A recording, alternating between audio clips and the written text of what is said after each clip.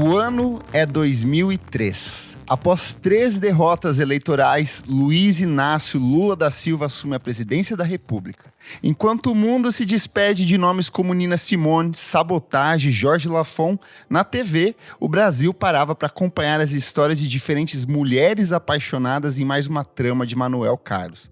Mas se você ajustasse o receptor da sua televisão e por acaso caísse na MTV Brasil, as chances de ver uma jovem cantora baiana com sua meia arrastão e guitarras altamente ruidosas era grande. Estamos falando de Pitty, artista soteropolitana que rompia com a hegemonia do pop nacional, na época encabeçado por nomes como Sandy Júnior, Vanessa Camargo e Luca, para dar vida ao primeiro trabalho de estúdio da carreira, Admirável Chip Novo, disco que completa 20 anos. Jupe do Bairro, seja muito bem-vinda, é uma honra ter você aqui comigo. E eu quero começar perguntando como que foi seu primeiro contato com o trabalho dessa cantora baiana incrível, que eu sei que você gosta muito.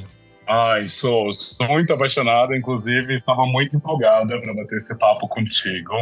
Bom, eu lembro que era uma época que o pop brasileiro estava com muita força, né? Principalmente o pop infanto-juvenil, assim, como Kelly Key, que também sou apaixonada. Amo. Luca, que tu disse, KLB.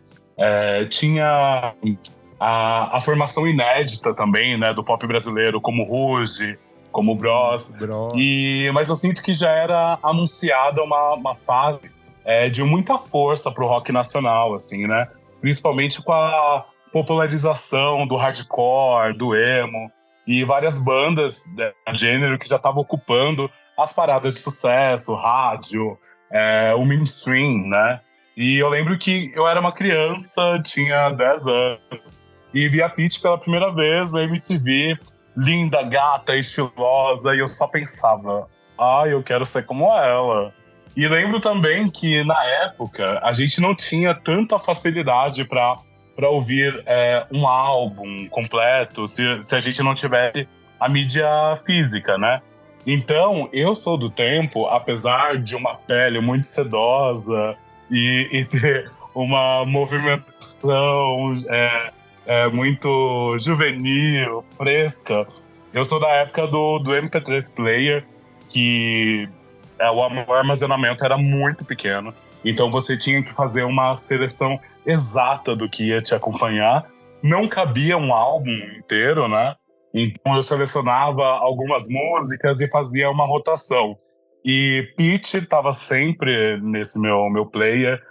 Admirável Chip Novo era o que me acompanhava no colégio e tudo mais. E daí tinha as interferências também dos artistas mais independentes que eu acabava conhecendo através do Trama Virtual, que eu acho que tu lembra, né?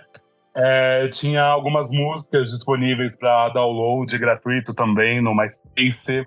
E tinha a famosa pirataria do LimeWare, onde a gente conseguia baixar os álbuns completos e tudo mais. E tudo isso usando a Lan House, né? Então, a possibilidade de baixar um cavalo de Troia na máquina era gigante, assim. Total. E esse foi o meu primeiro contato, e desde então fui super atravessada e muito apaixonada por esse disco. E desde então acompanho a Pitty.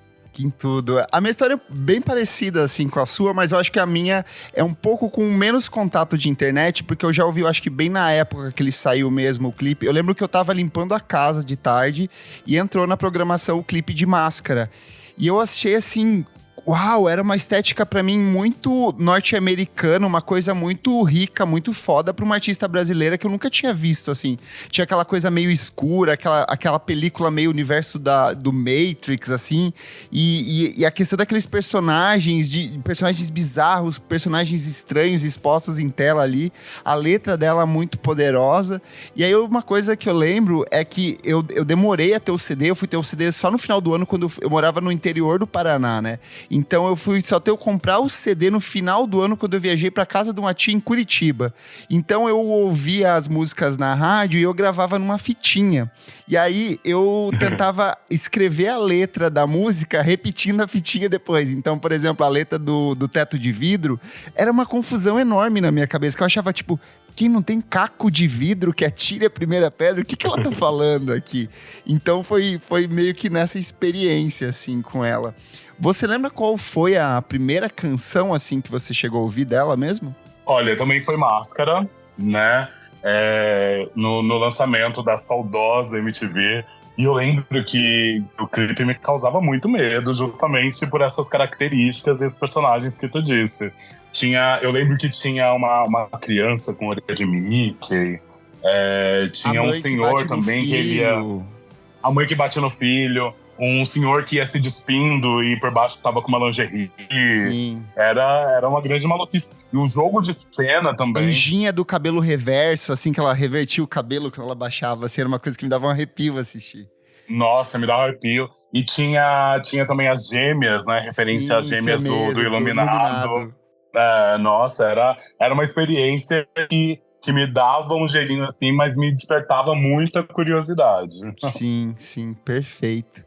E embora parecesse uma novata aos ouvidos sudestinos, a Priscila Novaes Leone, que nasceu em outubro de 1977, estava bem longe de parecer uma iniciante.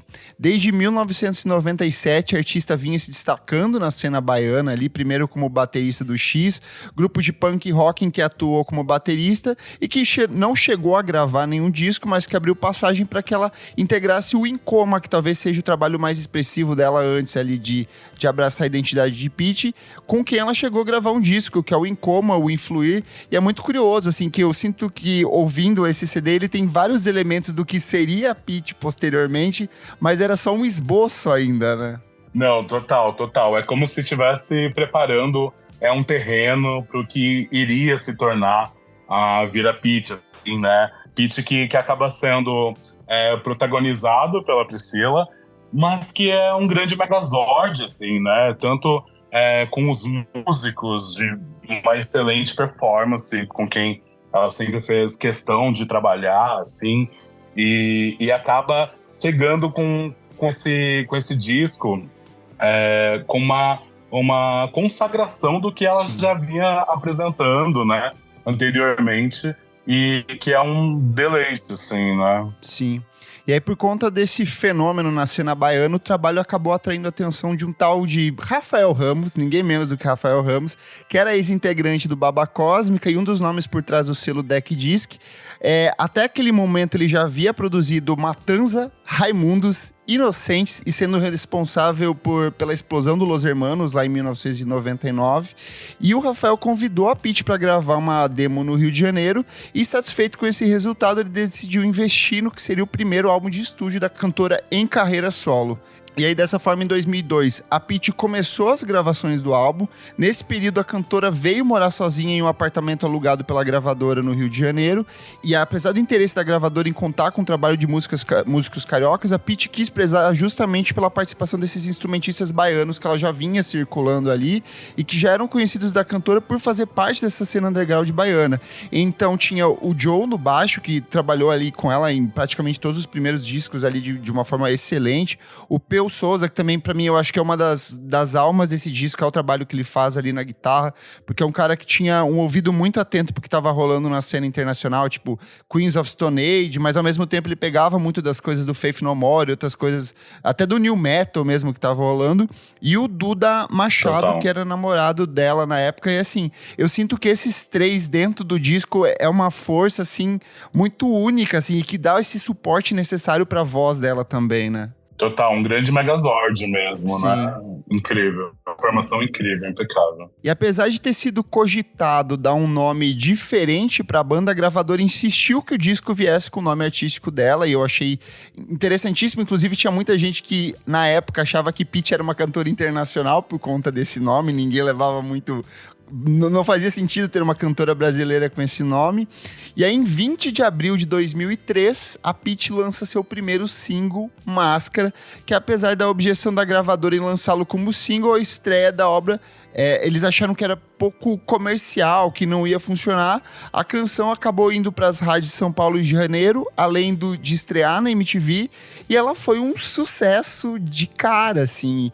E eu acho que a coisa mais fascinante desse processo é que se você pegar tudo que estava rolando dessa cena rock da época, era um discurso muito romântico, muito escapista, e eu sinto que a Pitty meio que de um jeito ou de outro, muito particular, puxava para uma realidade que eu acho que muitas pessoas na época ainda não estavam preparadas para encarar, no sentido de ela sempre foi uma porta-voz da comunidade LGBTQIA+, ela sempre foi uma porta-voz para as mulheres sobre tratar de feminismo na época de um jeito muito singular também, e que meio que rompia com esses padrões dessas bandas que eram todas homens brancos, héteros, cantando sobre amor na época, né? Não, e total. E eu lembro que é muito inspirador, assim, até chocante, como ela estava acessando lugares de mídia, assim, e criticando a própria mídia, né? Sim. Então, consumo, uma mulher né? ter essa voz, o consumo, então tudo isso, assim, ser dito por uma mulher, assim, com os acessos que ela estava adquirindo a trajetória dela, assim, tudo aquilo era de um impacto muito, muito grande. E era justamente isso que tu disse. Existia uma hegemonia e um pacto narcísico masculino ali, de homens dando suporte para homens, assim. Acredito que ela passe por muitos desafios até hoje, porque o rock, ele ainda tem, apesar de muitas pessoas de recortes diferentes, né, classes sociais diferentes, reivindicam esse lugar no rock, ele ainda tem uma cara masculina branca heterossexual, né? Sim. Então, é só a gente ver os lines de festivais de rock ainda, e imagino que ela deve ter passado por uma barra muito grande para conseguir ter força, ter paciência e principalmente acreditar no trabalho dela, no que ela estava propondo a fazer, porque acredito que possa ter sido bem contraditório, assim, né, por conta das dificuldades. Sim. E aí, assim, só contextualizando, Pitty é uma cantora baiana. A Bahia sempre foi um cenário que apresentou muitos nomes importantes pro rock nacional. Raul Seixas veio de lá, Caetano Veloso veio de lá. O Gil, que apesar de transitar por entre estilos, sempre foi um cara que abraçou o rock de um jeito muito especial. Mas na época, a visão que a gente tinha da Bahia, principalmente a gente aqui vivendo no sul do país, sul e sudeste, era da Bahia do axé, né? Tanto que a gente tava ali nesses últimos respiros do que era o Tchan e todos esses movimentos, a Ivete Sangalo entrando em carreira solo ali, Daniela Mercury. Então você ter uma cantora baiana fazendo rock parecia meio que totalmente distópico e fora dessa ordem que a gente esperava ouvir, né? Total. E mesmo assim era uma delícia para nós destinos ouvir um rock, né, cantado por uma mulher com o sotaque da Bahia, né? Era extremamente novo, assim. E eu acho que isso faz parte também da forma de como instigou a indústria mesmo, né? O mercado da música e que fez a gente virar tanta atenção a Pitty e ao que ela estava propondo, assim. Eu acho que acabou sendo um combo fantástico, assim, que claro que só o Nordeste poderia fazer, que o Nordeste faz coisas incríveis, né? Eu lembro que até na época, ela surgiu praticamente um ano depois que o primeiro disco da Avril Lavigne saiu, né? E aí eu lembro que a mídia tentava fazer um paralelo entre as duas ali. E, gente, a Avril tem coisas muito legais, mas ela é uma cantora muito mais envelopada por uma grande gravadora, assim. E eu sinto que o impacto era completamente diferente. E aí me faz pensar o quanto a própria crítica brasileira da época meio que não estava preparado pro trabalho dela, assim, porque essa reflexão do Admirável Chip Novo como uma obra fundamental pro rock brasileiro é muito recente, é uma coisa da gente que viveu lá atrás e que tá reapropriando isso e falando, não, ela é muito foda sim, foi muito significativo, ela rompeu um monte de padrões ali da época, porque eu lembro que na época, assim, a crítica meio, é um disco bom, mas ficava meio que por isso mesmo, sabe? Não tinha essa percepção de que ela estava criando um caminho que ainda não estava sendo pavimentado naquele momento por outras pessoas, né? Total, eu sinto mesmo. E a resposta veio com o passar dos anos, né? Sim. Admirável Chip Novo, fazendo 20 anos. Agora, com o Pitty, com essa turnê especial, lotando os lugares por onde ela passa, eu acho que é uma resposta muito genuína justamente essas críticas que eu também sentia muito naquela época. E eu lembro também que a mídia, né, alguns veículos tratavam como uma coisa temporária, assim, né, que não fosse autossustentar, e que a Pitty ia se renovando a cada disco, né, e fazendo sucesso e levando uma legião de pessoas por todos os lugares onde ela se apresentava com sua banda. Então, o tempo inocentou Admirável Chip Novo, né? Mostrou pra gente ao que ele veio. Perfeito. E com a boa repercussão, então, dessa faixa de abertura, que foi Máscara, chega em 7 de maio de 2003, o primeiro álbum da cantora, Admirável Chip Novo, e junto com o lançamento veio a própria faixa título do disco, ali transformada em clipe também. E aí é uma brincadeira dela com essa questão do Admirável Chip Novo, dessa questão das novas tecnologias, desse universo cultural pós-Matrix, mas também referenciando o Admirável Mundo Novo, né, do Aldous Huxley. E é uma música interessantíssima essa faixa título do disco, porque ela trata dessa questão de consumismo, desse sentimento desses verbos do imperativo, desse compre, fale, beba, dessas ações imediatas. E eu acho muito curioso como o clipe dessa canção contrasta um pouco dessa questão de algo muito futurístico com uma coisa meio retrô, né, com aquela roupinha meio jovem guarda, anos 60. Eu sou apaixonado por essa música. Você embarcou nessa também? Não, total. E eu consigo levantar uma semiótica, assim, que é muito massa, de perceber que, na verdade, para mim, Admirável Chip Novo, ele fala sobre o tempo, mas sem necessariamente estar refém ao tempo, né? Uhum. E a importância que nós precisamos de estar presentes ao nosso tempo com perigo de educar, talvez a direção criativa, o figurino pode ter pensado nesse lugar também, de trazer essas roupas mais visual, mais antigo, assim, para remeter essa história que já foi contada lá atrás e ter essas interferências do novo. Então dá para trazer uma brincadeira, assim, de pensamento de como a gente precisa estar presentes ao nosso tempo sem ser refém, né?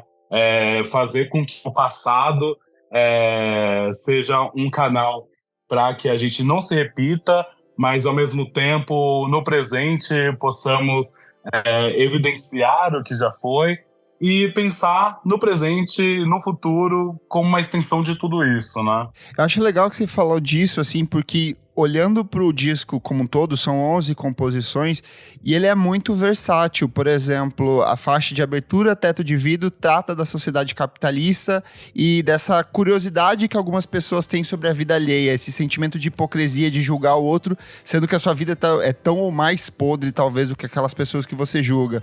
Admirável Chip Novo trata dessa alienação social. Máscara fala sobre autoestima e autoaceitação. Emboscada, I Wanna Be, Só de Passagem são sobre esses comportamentos falsos, consumistas e superficiais. O Lobo trata dessa personificação da humanidade, dessas diferentes fases da humanidade, assim. Então ele é um disco que é muito rico e eu acho que a gente pode chegar aqui para essas outras faixas. Eu quero te perguntar qual que é a sua canção favorita de Admirável Chip Novo. Olha, que difícil pra mim, Me coloque emboscada. Mas com certeza, a minha favorita acaba sendo o Máscara. Tive o prazer imenso de regravar a partir de um projeto que eu participei. Então, com certeza, essa é a minha favorita. Teto de Vidro também, porque eu acredito que eu ouvi muito, assim, então eu sou muito apegada. Composição, assim, eu acho que... E, nossa, quando eu escuto o Lobo, eu acho que hoje em dia eu poderia muito ter escrito essa canção, que eu acho que existem metáforas ali. Nossa, é a tua cara. Que eu trago como referência no meu trabalho. É muito minha cara, não é? Cara, esse jogo de palavras que ela faz o tempo inteiro, essa coisa meio cíclica ali de voltar pra essa ideia inicial da canção o tempo inteiro. Nossa, é verdade. Não, é muito minha cara e acredito que temporal também. Mas todo disco, eu costumo dizer que foi o que me alimentou para eu começar a escrever. Porque eu lembro que quando eu ouvia, né, Admirável Chip Novo, eu sentia sensações, eu tinha sensações mesmo de imagem, de novos sensores a partir da audição, que eu falava, porra, eu quero muito fazer isso também, sabe? Mas eu não tinha pretensão ainda de que eu seria compositora ou cantora. Eu queria conseguir articular tão bem as palavras que eu estava pensando como as que eu estava ouvindo, assim.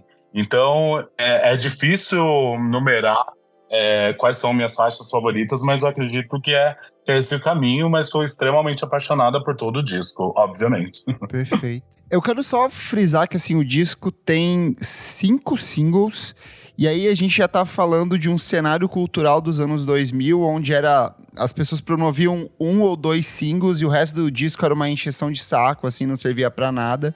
E esse disco, ele abre de cara com 4 músicas que, pra mim, assim, são muito, muito bem estruturadas, muito fortes, muito marcantes e que definem o que é o conceito pitch, assim. Abre com teto de vidro, aí a gente cai em Admirável Chip Novo, e aí a gente cai em Máscara, e aí a gente cai em Equalize. Então a gente tem questões políticas, sentimentais, sociais, econômicas, tudo meio que amarrado ali. Eu acho que todas as canções são muito bem desenvolvidas. Eu também não tenho, acho que, uma única favorita, assim, eu acho que várias das canções desse disco mexem comigo em diferentes momentos da minha vida, eu vou ouvir uma música, eu vou ter uma identificação diferente, mas eu acho que a vulnerabilidade dela em Equalize e a forma como ela trata o amor de uma sensibilidade feminina muito única, assim, é uma coisa que eu lembro da primeira vez que eu assisti o clipe, e eu falava, cara, isso é uma entrada num universo tão particular, assim, que parece que ela tá cantando sobre mim, mas eu sei que é sobre ela, sabe? E aí tem a questão do clipe de ela fazendo xixi no vaso, que era uma coisa que a gente, tipo, essa imagem dessa mulher que faz coisas normais e que não é só uma bonequinha como os outros clipes da época tratavam, tipo esse universo Sandy, garotinha princesa, sabe? Ela ia pra uma outra coisa, um outro tipo de vulnerabilidade. E essa letra tem umas coisas assim que são... Até parece que você já tinha o meu manual de instruções. Porque você decifra o meu sonho. Porque você sabe o que eu gosto. E porque quando você me abraça, o mundo gira devagar. Porra, isso é lindo demais, sabe? E eu sinto que... Não, é lindo. E é o disco inteiro, assim, tem várias... Eu acho que a Pitty, ela é muito boa em criar esses, às vezes... 2 ou 3 versos ali que vem do nada no meio da canção e que dialogam com você de um jeito que você não tava esperando, sabe? Total. Tem uma frase que pra mim é muito a cerejinha do bolo também, que é: e eu acho que eu gosto mesmo de você, bem do jeito que você é. Isso me pega, assim, é uma declaração tão honesta que, nossa, me pegou muito, principalmente que me pegou numa época onde eu tava descobrindo o gênero, descobrindo sexualidade, assim. Então tudo para mim era muito contido ainda. Então eu conseguia enxergar as possibilidades de um amor romântico ou não romântico também através das canções. E eu lembro que eu usei muito essa frase em algumas cartinhas das Usou pessoas muito com quem eu me na descrição do apaixonava. MSN também, que eu sei. Nossa, pra chamar atenção, sabe? Entrava e saía pra subir a telinha. Ainda nessa de frases, eu acho muito importante que hoje em dia, em 2023, a gente fala muito sobre aceitação, sobre entender corpos estranhos, sobre... o seu trabalho fala muito sobre isso também, o seu primeiro EP. E lá em 2013, ela tava falando: o meu cabelo não é igual, a sua roupa não é igual, o meu tamanho não é igual, ao seu caráter não é igual, não é igual, não é igual, não é igual. Eu acho isso, assim, muito forte, e eu acho que talvez... na época, a gente, como pessoas LGBT, a gente talvez não desse conta, mas o quão reconfortante é esse tipo de mensagem e o quanto isso vai acolhendo de um jeito, porque a gente tava num cenário onde de colírios capricho, de meninas mega magras, bonitinhas, plastificadas, e aqui ela vinha com uma resposta a isso, sabe? E tá tudo bem ser estranho é legal, ser bizarro, sabe? Então, o quanto essas coisas vão formando a cabecinha da gente e a gente nem dá conta, né? Nossa, completamente. E eu posso dizer, assim, que eu fui muito contemplada Me sinto privilegiada em ter esse disco contemporâneo à minha formação, que foi justamente, eu via como palavras para mim, né? Que o importante era ser eu, né? Que eu poderia ser estranha, poderia ser bizarra, e que tudo ficaria bem, mas o importante era de fato ser eu. E eu fui trazendo e trago isso, tanto para pessoa física quanto para minha pessoa jurídica, as vontades que eu tenho de externar, as dores, as delícias de continuar sendo eu, de ser fiel a mim. E essa faixa em específico, ela foi muito importante justamente pelo fato de que eu estava na minha infância, pré-adolescência, assim, e é uma fase que todo mundo quer se sentir pertencente a algo ou alguém, né? E essa faixa vem justamente como acalanto, para você se sentir pertencente pelo menos a você. Então, foi um abraço, por isso que, inclusive, eu tive muita vontade de fazer uma releitura, mesmo 20 anos depois, porque acaba sendo extremamente atemporal, sim, sobre as características de tudo que pudesse fugir da norma e que não fosse no palatável social, principalmente nessa época mesmo, onde se falava de Casa Capricho, né, os colírios, quem estava em exatidão, assim, na música, na moda. Então, foi um rompimento de muitos padrões, eu tenho certeza, que ajudou muitas pessoas a se encontrarem e se permitirem ser quem elas são. Perfeito. E o disco segue, tem muita música boa, Emboscada ali, Só de Passagem, I Wanna Be. Eu acho que ele encerra de um jeito, assim, fantástico com Semana Que Vem, que ela tem aquela frase, não deixe nada pra depois, não deixe o tempo passar, porque semana que vem pode nem chegar. E aí, em março de 2003, ela lança oficialmente sua turnê, admirável turnê nova, passando por casas de show por todo o país, chegando a realizar cerca de 20 shows mensais. Então, assim, é absurdo, é um volume muito grande de shows. Fora que ela virou meio que uma queridinha da MTV do Multishow, ela tava ali praticamente toda semana. E é muito importante que a Pitty sempre trouxe respostas muito sábias para as perguntas que as pessoas levantavam para ela na época, então ela sempre teve esse domínio muito claro. E no final de 2003, o álbum de estreia, Admirável Chip Novo, encerrou o ano como o álbum de rock mais vendido do Brasil. Na época ele foi consagrado como disco de ouro, vendendo 250 mil cópias. Relembrando, estamos em 2003, em um ano em que a pirataria dominava, então é provável que ela tenha vendido mais umas 250 mil cópias só no Piratex, assim, no camelô, fora cópia digital que depois ia ser popularizado ali nos Kazaa, nos Emule da vida, né? Desculpa, Pitty, eu tô compensando tudo agora em streams. Eu baixei, gravei em fitinha, mas eu depois comprei o CD, fiz questão de ter.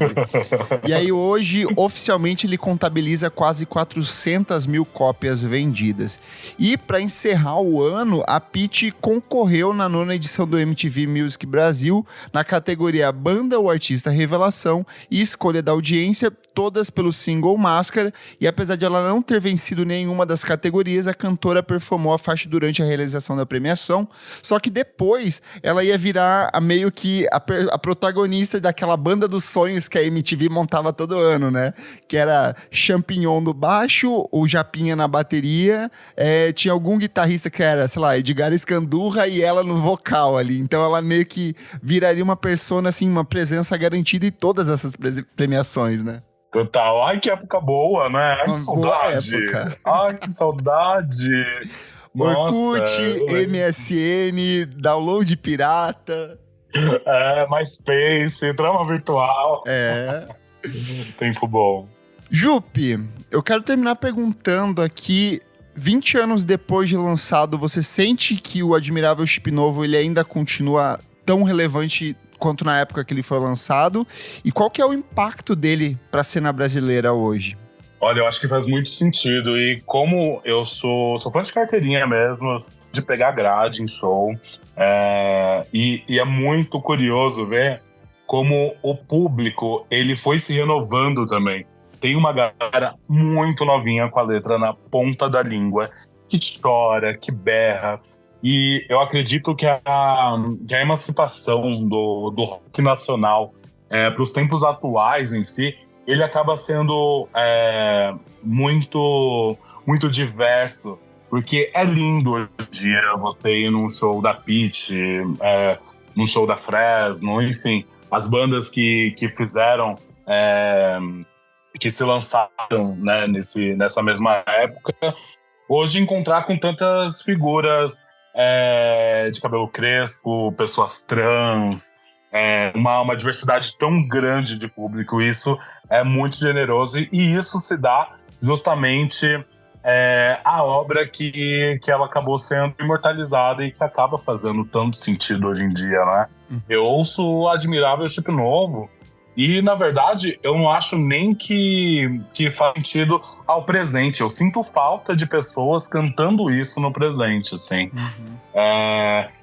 Porque as coisas, eu tenho a sensação que o passado e o presente, eles andam lado a lado. E por isso que, ao mesmo tempo, nós temos tantos avanços políticos e de inclusão, de diversidade, porém, ao mesmo tempo que nós temos esses avanços, nós temos retrocessos de pessoas pedindo pela ditadura, por exemplo, né? De um consumo desenfreado cada vez mais e que acaba fazendo muito sentido, que agora você vai entrando nos apps. Eu infelizmente, faço parte desse julgamento que eu vou fazer agora. E, às vezes, numa solidão, assim, deitada no computador, você quer fazer... deitada na cama, você tem um computador na palma da sua mão, onde você pode fazer uma compra em um clique, né? E aí, às vezes, você nem percebe que você está comprando, você se arrepende quando chega a fatura e você fala, poxa vida, que coisa que eu fiz aqui, vou desinstalar esse aplicativo aqui para ver se dá uma freada. E, ao mesmo tempo, que eu sinto que é um álbum que é muito forte, uma das coisas mais generosas nessas composições é que não se trata de verdades absolutas, assim. Por mais que ele tenha uma força brutal, assim, é muito mais questionador do que trazendo exclamações e fazendo com que quem tá ouvindo fique constrangido. Eu acho que é muito mais uma instiga a fazer pensar do que um constrangimento de tipo, eu sou uma bosta, nossa, eu sou a pior pessoa do mundo e tudo mais. Então, eu acho que por isso que esse comeback de Admirável Chip Novo e essa comemoração, ela precisa ser realmente celebrada e que possa chegar em cada vez mais pessoas, que vai trazer novos vocabulários, como trouxe para mim, como trouxe para você, novas formas de pensar, enxergar e principalmente de criar, como foi para mim, e que minhas obras se dão início de uma forma até involuntária a partir dessas composições, sonoridades. Perfeito. Achei muito curioso que você falou dessa questão do quanto ela não oferece respostas, ela estimula perguntas, ela estimula o pensar, né? Eu acho que a própria Teto de Vidro, ela traz aquele trecho, cada um em seu casulo, em sua direção, vendo de camarote a novela da vida alheia, sugerindo soluções, discutindo relações, bem certos que a verdade cabe na palma da mão. Mas isso não é uma questão de opinião. E isso é só uma questão de opinião. O quanto isso já meio que aponta todos esses caminhos. E aí, esse lance desses 20 anos depois, a gente tem vivido uma nostalgia muito grande dos anos 2000, principalmente a gente que tá na casa dos 30 agora. E aí eu achei muito curioso que nesse final de semana eu vi um show do NX0 e o que move os fãs do NX0 é de fato uma coisa do sentimento, da nostalgia, de resgatar um período que foi muito bom para eles. E acontece com outras bandas, com CPM 22, com tributos a Charlie Brown Jr. E eu sinto que de todos eles, a Pitty é a que de fato prevalece um discurso muito atento, muito provocador, sabe? É para além ela conseguia pensar, para além do relacionamento, das questões existenciais, ela tem uma coisa que perdura ainda hoje. Eu acho que eu consigo ouvir o disco hoje e captar algumas informações que talvez naquela época eu não tivesse ligado e que hoje continuam a tensionar, sabe, discussões. Então, eu acho que a força desse disco, ele não só era relevante naquela época, como talvez ele seja mais relevante hoje, sabe? O espaço onde a Pitty se inseriu dentro de núcleos marginalizados, eu acho que ela conseguiu plantar algumas sementinhas, algumas inquietações e algumas coisas que hoje floresceram de uma maneira muito mais bonita e muito mais eficiente, sabe? E eu tenho percebido que cada vez mais gente jovem tem ouvido esse disco. É muito curioso, porque poderia parecer uma coisa de velho mesmo, de, putz, não dialoga mais comigo, uma coisa do meu pai, uma coisa da minha mãe. Mas não, ele continua tão atual hoje, talvez até mais atual hoje do que na época que ele foi lançado, sabe? Então, Admirável Chip Novo, trabalho fantástico, assim, continuo apaixonado ainda hoje aqui por ele. Total. E assim, composições não sendo caricatas, se tornando changes em tempos atuais. Porra, Pitty, eu te adoro e você é foda. O Clássicos VFSM é um projeto paralelo do podcast Vamos Falar Sobre Música. Apoie a gente em padrim.com.br/podcast VFSM. Por apenas R$5 por mês você tem acesso a esse e outros programas com muita antecedência. Eu sou @KleberFak no Twitter e no Instagram e você também acompanha o meu site musicainstantanea.com.br. Jupe, muito obrigado. Eu não poderia gravar esse programa com outra pessoa que não você. Deixa aqui esse espaço para você falar um pouco mais sobre o seu trabalho, sobre as suas redes sociais, onde as pessoas te acompanham. Fique à vontade, esse espaço é todo seu. Eu agradeço demais. Vamos falar da comemoração de 40 anos daqui a pouco também, hein? Se tiver uma repescagem, qualquer coisa, estarei aqui. Bom, eu sou a Jupe do Bairro em todas as redes sociais. Se quiserem me acompanhar e ouvir as minhas músicas, também estão disponíveis em todas as plataformas de áudio. E a gente se esbarra por aí em uma plateia da Pitty, com certeza. Perfeito. Muito obrigado pela sua audiência e até a próxima edição do programa. Tchau.